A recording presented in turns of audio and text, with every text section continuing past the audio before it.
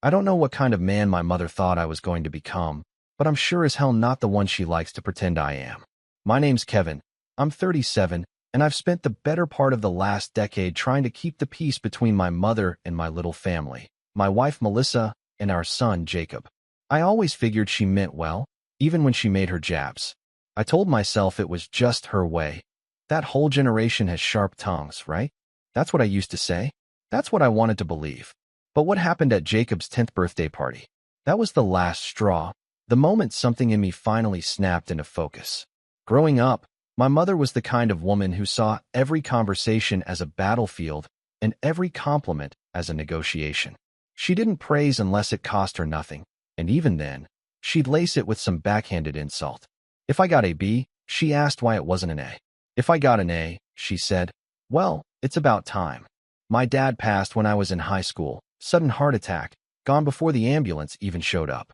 After that, she doubled down on controlling everything. And I was the good son. I followed the rules. I didn't rebel.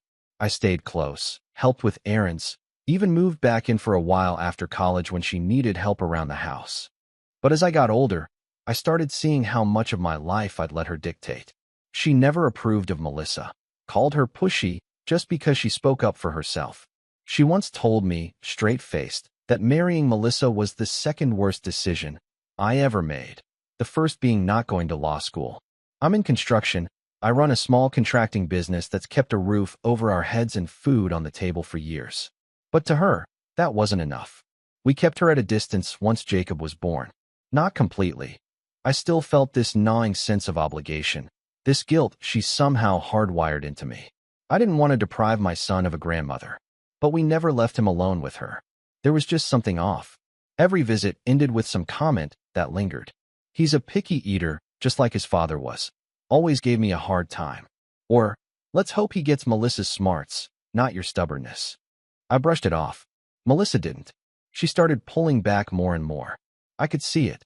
The way she tensed up before every family dinner. How she'd go quiet in the car ride home.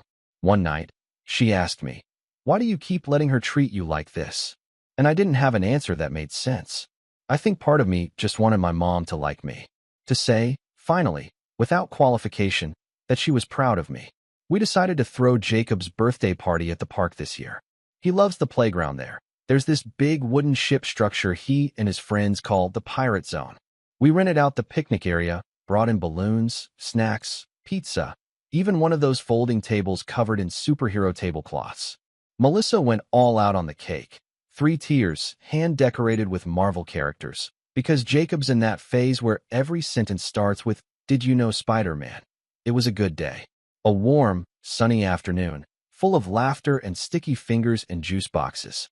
For once, I thought we'd actually pulled off a peaceful gathering. My mom showed up late. No surprise there, wearing this huge sun hat like she was making a red carpet entrance. She kissed Jacob on the cheek, handed him a gift card in an envelope, no card, just an envelope, and gave Melissa one of her infamous once-overs. Then she turned to me, smiled, and said, well, it looks like you didn't mess this up too badly. I laughed it off. Jacob didn't even notice. He was halfway up the slide. And for the next hour or so, things were fine.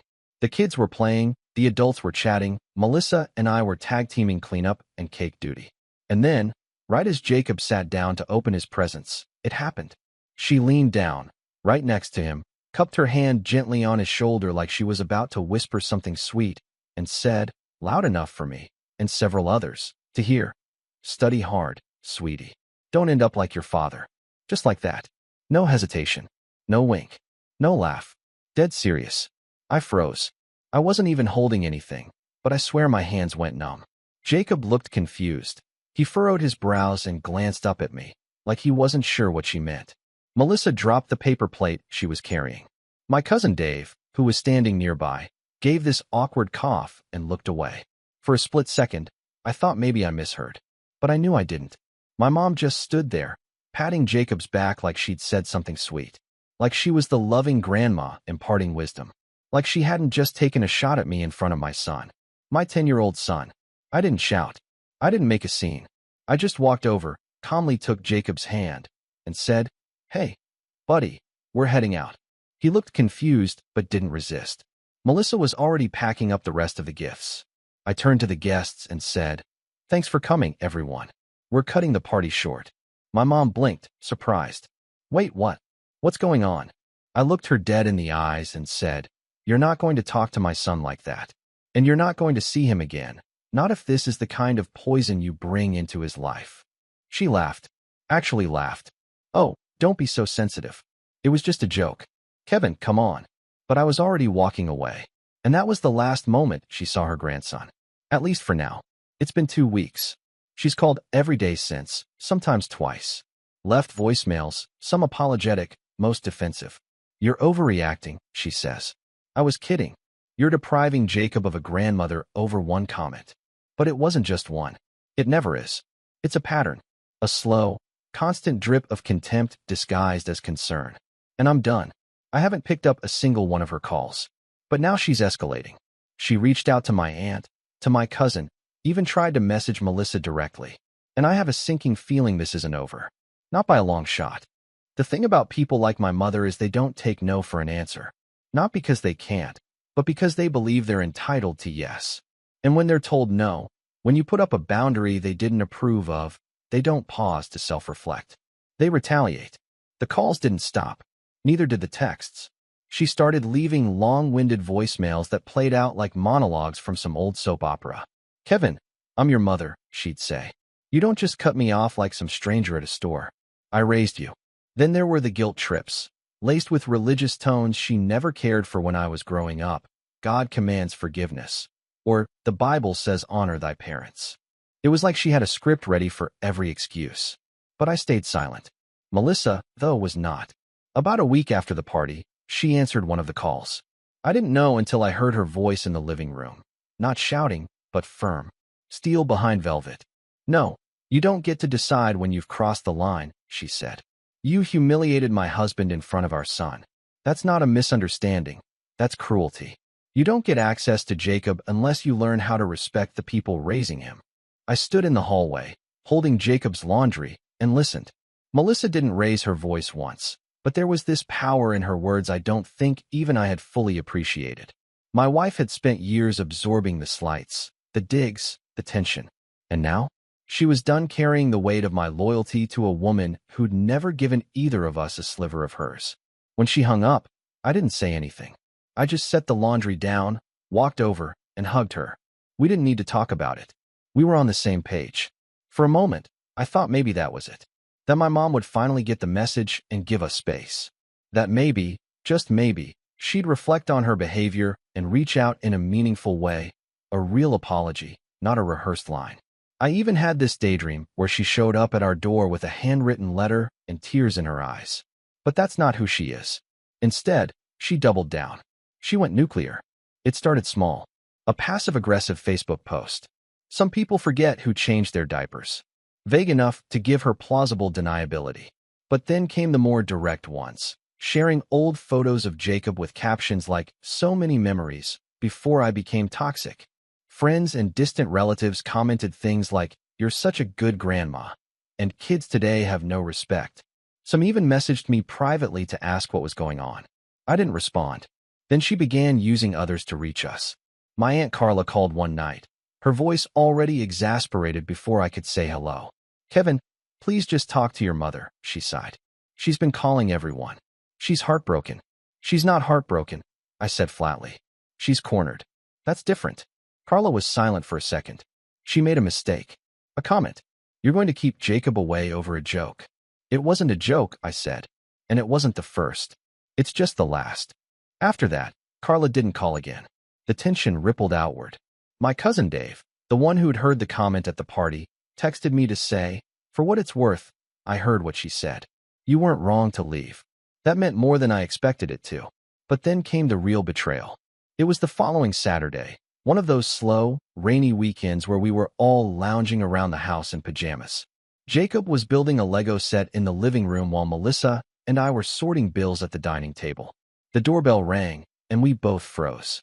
Not many people showed up unannounced anymore.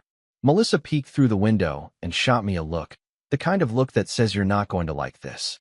It was my mother, standing on the porch, soaked to the bone under a dripping umbrella, holding a gift bag and wearing that practiced look of concerned sadness. "I'll handle it," I said. I stepped out, closing the door behind me. The rain was cold and relentless, and she looked smaller than usual under the weight of it. But I didn't let that sway me. "You need to leave," I said quietly. "Kevin, please," she said, voice trembling. "I just want to see him. I brought him something. It's nothing fancy, just a little game he likes. He doesn't need gifts. He needs peace. And he has that now." She took a step closer. "I'm sorry, okay?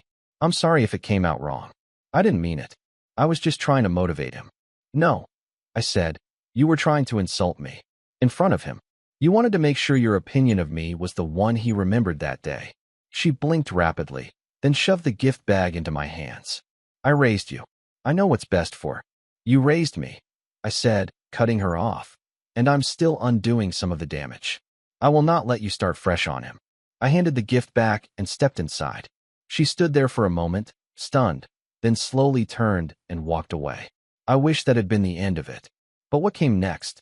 That was when the line turned from emotional manipulation to something else entirely. Monday morning, Jacob didn't show up to school because someone called the school pretending to be Melissa and said he'd be absent all week for a family emergency. The office staff called us to confirm. They were confused. Melissa was livid. "Who would do that?" she asked, eyes wide. I didn't even need to guess. That evening, I checked the security footage on our front door camera from earlier in the week. Sure enough, there she was, my mother, trying to drop off a package late at night, hovering near the door like she was afraid to be seen. Inside the package, a letter addressed to Jacob. It said, "Don't believe everything your parents say. Grandma will always love you, no matter what lies they tell you about me." I stared at that line until the words stopped making sense. That was the breaking point. This wasn't just about me anymore. She was now actively trying to wedge herself between us and our son, undermining us as parents, confusing him, turning her need for control into a campaign. And something inside me, that quiet voice that had always made excuses for her, always whispered she means well, went silent. There was no going back after this. Not for her, not for us. But what she didn't know, what she never anticipated, was that I had been preparing for this moment for longer than she realized. And if she thought I was the same obedient son she used to scold into silence, she was about to learn just how much I had changed. The day we read the letter she wrote to Jacob, something shifted in our home. Melissa stood over the kitchen sink, gripping the paper like it had personally insulted her. And I guess in a way, it had. Her hands trembled, not with fear, but with the kind of quiet rage that only a mother protecting her child could carry. I sat at the dining table staring at the letter, the words seared into my brain. I kept replaying that single line. "Don't believe everything your parents say." It was a dagger, a deliberate one. I felt sick, physically nauseous, not just because of what she wrote, but because of what it meant. She had crossed a line I never thought she'd dare approach. I had spent my life telling myself she was just difficult, just old-fashioned, just blunt. But the truth was uglier. My mother wasn't just anything. She was manipulative, calculated. And now, she was targeting my son. Melissa said we needed to draw a hard boundary. Not a suggestion, not a pause. A wall. Solid. Permanent. "This isn't about us anymore," she said. "This is about protecting Jacob." And she was right. But that didn't make it easy. The next few days were a blur of tension. Jacob didn't know the full extent of what had happened, but he picked up on the atmosphere. He started asking quiet questions like, "Did Grandma get mad at me? And did I do something wrong?" We reassured him, told him he did nothing wrong, that he was safe, that sometimes adults make choices that aren't healthy, and that's why we have to make changes. But explaining estrangement to a 10-year-old without feeding bitterness into him, that's a needle I wasn't sure how to thread. And then came the guilt. Not from Melissa, not from Jacob, but from me. It hit me hard in the chest, like a weight I didn't know I'd been holding finally dropped and cracked something inside. For so long, I'd minimized the damage. Not just to myself, but to my family. I kept telling myself it wasn't that bad, that I was doing the right thing by staying connected, but all I'd done was leave the back door open for poison to drift in. I wasn't protecting my son. I was trying to keep my mother happy. And I'd failed them both. I started having trouble sleeping. Not insomnia, exactly, but the kind of restless, empty feeling that kept me staring at the ceiling for hours while Melissa slept beside me. Some nights, I'd get up and just sit on the porch with a blanket wrapped around me and a cup of tea going cold in my hands. I kept asking myself what kind of man I was, not just as a father, but as a son. Was I cruel for cutting her off? Was I weak for waiting so long? I felt like a rope being tugged in opposite directions. Loyalty versus responsibility, guilt versus conviction. Work didn't help. I run a small contracting business, mostly local jobs, home remodels, kitchen renovations, that kind of thing. Normally, it's my escape. My hands know what they're doing, even when my brain is scrambled. But lately, even that rhythm was off. I'd forget materials, mix up timelines. My crew, most of them longtime friends, noticed. One of them, Jordan, pulled me aside one afternoon while we were laying down tile and said, "Hey, man, whatever's eating you, it's showing. You okay?" I almost lied. Almost said I was just tired. But instead, I told him, not everything, but enough. He didn't say much, just nodded, let me talk. When I was done, he said, "You know, we spend our whole lives thinking parents are these giants. Like they're carved in stone. But sometimes they're just people. People who mess up. And we gotta decide if we want their mess bleeding into our own lives." That stuck with me. It was a week later when I hit bottom. I came home late from a job where the client had been particularly demanding, over budget, behind schedule, and asking if we could repaint the entire basement again because she changed her mind about the vibe. I walked in the front door and found Jacob crying on the stairs, clutching a small drawing he'd made for school. It was crumpled. I asked what happened. Apparently, one of his classmates had brought up grandparents, who visited them, who sent gifts, who came to school events. Jacob had said, "My grandma doesn't see me anymore." And another kid said, "Maybe you were bad." Kids can be cruel without knowing it. But still, it shattered him. And when I knelt down to hug him, I felt it. This overwhelming wave of shame. Because no matter how justified my choices were, the fallout had landed on him. That night, after he went to sleep, I broke down in front of Melissa. Fully. Not just tears, sobbing. The kind where your whole body shudders. And I said the words I didn't want to admit. "I feel like I'm ruining him." She sat beside me on the couch, held my hand, and said something that still echoes in my bones. "You're saving him." And that was the turning point. I woke up the next day with a clarity I hadn't felt in years. Not peace. Not yet. But a sense of direction. I started small. I took a few days off work and planned an entire weekend around Jacob. No distractions. Just father-son time. We built a birdhouse, went to the local arcade, made a mess baking cookies, and stayed up watching Spider-Man movies until he fell asleep halfway through the second one. And in those moments, something started to heal, not just in him, but in me. After that, I made a decision. If I was going to truly protect him and build the life I wanted without my mother's shadow, I had to stop waiting for her to change. I had to stop hoping for closure. I had to create it myself. I started therapy. That felt like admitting defeat at first, but it quickly became one of the best decisions I've ever made. Talking to someone who didn't know my mother, who wasn't emotionally tangled in the web, who could name the patterns for what they were: manipulation, enmeshment, emotional gaslighting. It gave me language. And with language came power. I started untangling years of guilt and self-blame. Started recognizing the ways I'd bent over backward to earn love that should have been unconditional. And most importantly, I started seeing myself not as a failed son, but as a good father. Melissa joined me for a few sessions. Not because she needed help, but because we needed it. She told the therapist things I hadn't known she carried. About how hard it was watching me let my mother needle me. How helpless she felt trying to protect both me and Jacob. She cried once, not out of pain, but relief. Relief that I was finally drawing the line. Professionally, things began to shift too. Jordan, the guy who gave me that speech on the job site, surprised me one day with a proposal. He wanted to invest in the business. Said he believed in what we were building, but more than that, he believed in me. With his support, we expanded our operations. Took on bigger jobs. Hired an office manager so I could focus less on chasing down invoices and more on doing the work I loved. The business grew. Slowly. Steadily. And for the first time, I didn't feel like I was just surviving. We even signed a contract to renovate the town's old community center. A legacy project, they called it. I was proud. Not just for me, but for the version of Jacob who'd one day walk past that building and say, "My dad worked on that." At home, things stabilized. Jacob bounced back. Kids are resilient. He still asked about grandma sometimes, but the questions got softer, less confused. We answered honestly, in age-appropriate ways. Told him that some people hurt others without meaning to, and that it's okay to take space from people who don't treat us with kindness. He nodded, like he understood more than we gave him credit for. But even as our life started to rebuild, I knew it wasn't over, because my mother hadn't let go. And while I'd found clarity, healing, and a newfound strength in myself, I could feel something coming. A final push, a desperate act, and I was right. In the weeks following the letter, something inside me hardened.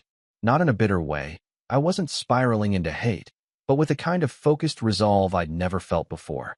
I had protected my son. I had stood firm beside my wife. And now, I was rebuilding.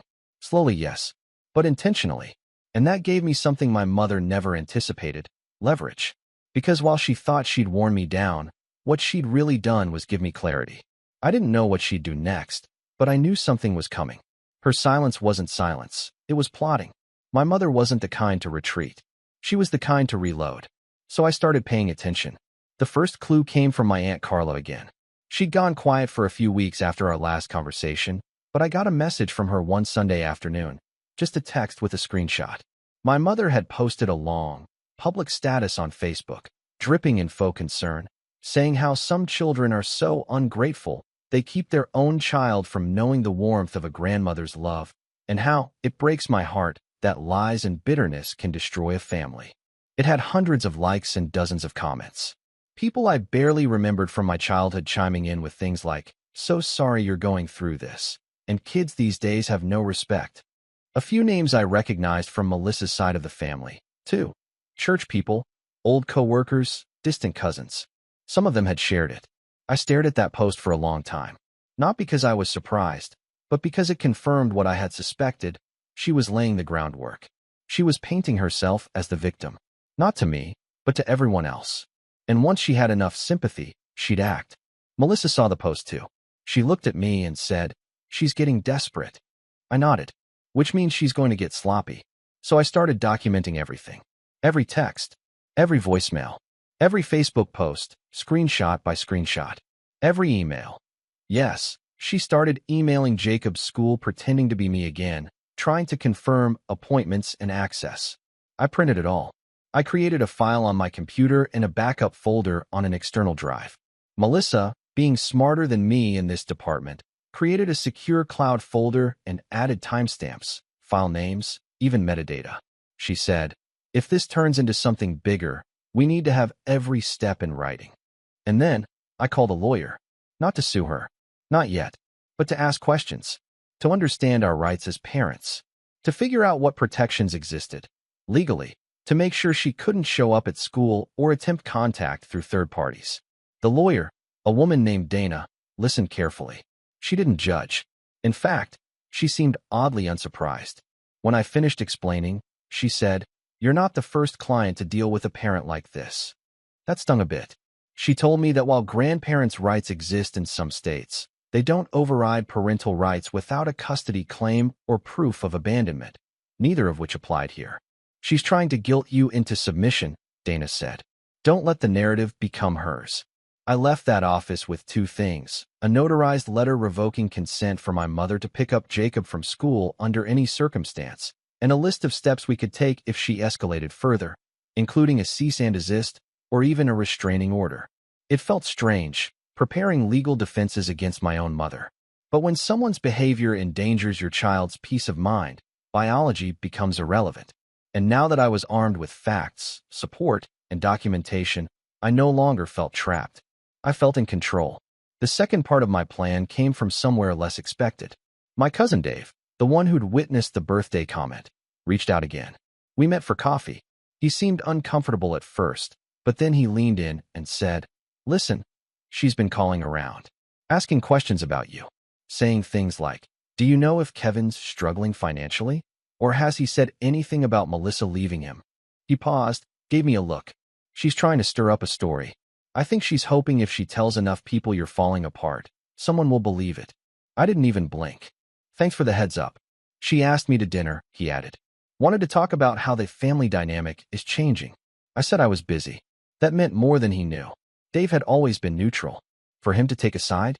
That said something. And then came the opportunity. Melissa's friend Karen, yes, that's really her name, but the good kind of Karen, worked at a nonprofit that hosted a yearly fundraiser, a gala dinner, community awards, spotlighting local businesses that had given back. Karen told us they were nominating my construction company for a spotlight feature. You've done work for free on 3 homes this year for families in need, she said. Don't act like that's not a big deal. At first, I was reluctant. I'm not the suit-and-speech type. But Melissa nudged me. Let people see you, she said. Let her see you thrive. So I accepted. And then I had an idea. If my mother wanted to weaponize public opinion against me, I'd beat her at her own game. Not through lies, but through transparency.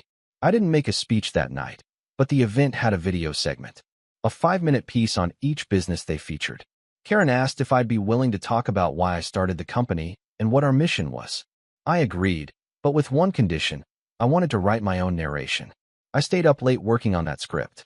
And when it aired at the gala, this is what people heard over footage of my team working on homes, laughing with families, hammering and painting and measuring in the summer heat. My name is Kevin, and I started this business with 2 things in mind: dignity and legacy. I didn't grow up in a home where kindness came easy. I spent a long time believing love had to be earned through obedience. But when I became a father, I realized the kind of man I wanted my son to see. Not someone afraid of confrontation, but someone who stood for peace, for respect, for doing the right thing even when it costs you. This business isn't just drywall and nails. It's rebuilding homes the way I'm learning to rebuild myself. Brick by brick. With purpose. The room went silent. People stood up. Melissa squeezed my hand. And somewhere out there, I knew my mother saw it. Whether through someone else's social media, or through one of the people she'd tried to poison against me, it would get back to her. She'd hear my voice. She'd hear me reclaiming the narrative she tried to destroy. And she would realize she was losing. But that wasn't enough. Not yet. Because what she did next was worse than anything I expected. And it gave me the final reason I needed to strike back. Calmly, legally, and with finality.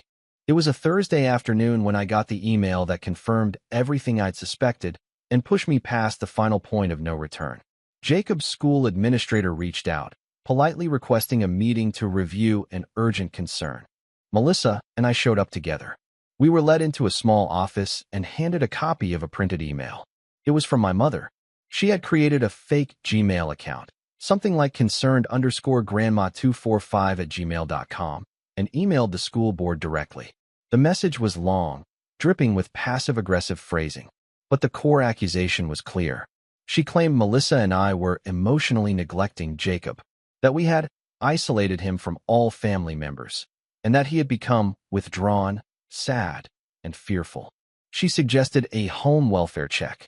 She even offered to take temporary custody if needed. My stomach dropped. My pulse didn't. I stayed calm. I had prepared for this. The administrator looked uncomfortable. We're obligated to follow up on concerns like this, she said. But we've seen nothing to support it. Jacob is thriving here. He's bright, polite, engaged. We don't want to intrude, but you need to know someone's trying to escalate this. Melissa was shaking. Not visibly, but I could feel it through her hand in mine. I thanked the administrator, promised to follow up, and left with a folder full of printed emails, including the fake address and the headers showing its origin. We got home, sat Jacob down, and gently reminded him that if anyone ever tried to ask him questions about our home or made him feel uncomfortable, he could always come to us. He nodded. He wasn't scared, not really. But Melissa was. I was. Because this was no longer a family spat. This was a campaign. A cold, organized smear campaign from someone who had lost control and wanted to claw it back any way she could. And it was time I ended it, once and for all. I reached back out to Dana, our lawyer. I gave her the new evidence, the fake email, the school's notes, everything I'd collected. She took one look and said, "It's time." She filed a cease and desist letter, formally written, delivered via certified mail, and logged with a local court. In it, we made clear that any further attempts to contact us, our son, or third parties in ways that could damage our family's reputation, stability, or well-being would result in a restraining order and a defamation suit. But that wasn't all. Remember the gala? A few weeks after the video aired, A local newspaper ran a story about it. Community impact, business owners who give back, that kind of thing. They quoted my narration from the video.